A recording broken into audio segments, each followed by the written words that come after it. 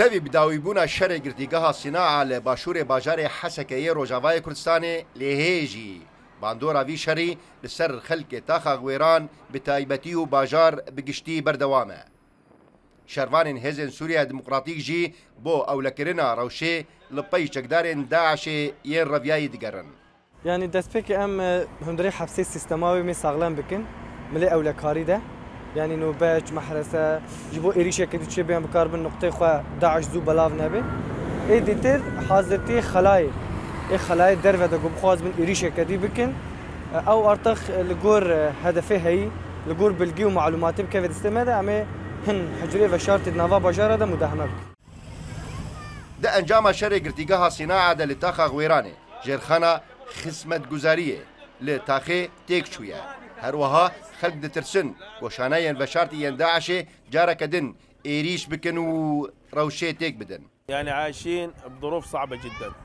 اليوم لا في كهرباء لا في ام ده روشك زيده زحمت ده دجين نه الکتریک نه آب و نه نان خلق ده ترس و مترسیه ده دجین ام حفده روژن ام به الکتریک و آون ام جه همو آلیان و دور پیشگیرینه ام رانازن جبر شانه داعشی هنه ام تنه داخازا ما في خودکن اليوم صار لنا من وقت جه روژا ایریش بو سر زندان چێبوویە ez derneketime دوه من خواست ez derbikevim lê re nedan min ka em ê çawa nan û xwarinê peyda bikin kanên rêxistinên mirovî hemû derwînin.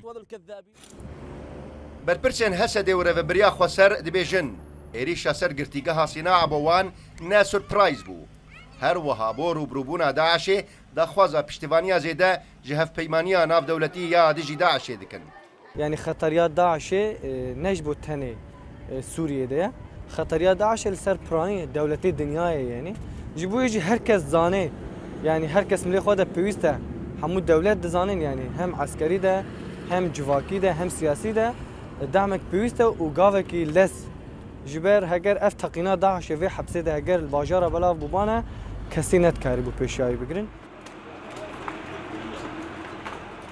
Êvara bîstê çileya 2022 nêzîka 200 çekdarên Daişê êrîşî girtîgeha Sîna'a li başûrê Hesekê kirin. Hejmareke hevalên xwe yên girtî berdan.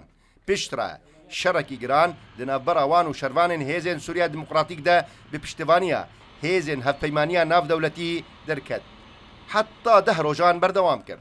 Di encam de zêdeyî 308 çekdarên Daişê hatin kuştin û 121 pasevan û şervanên Hesedê şehîd bûn.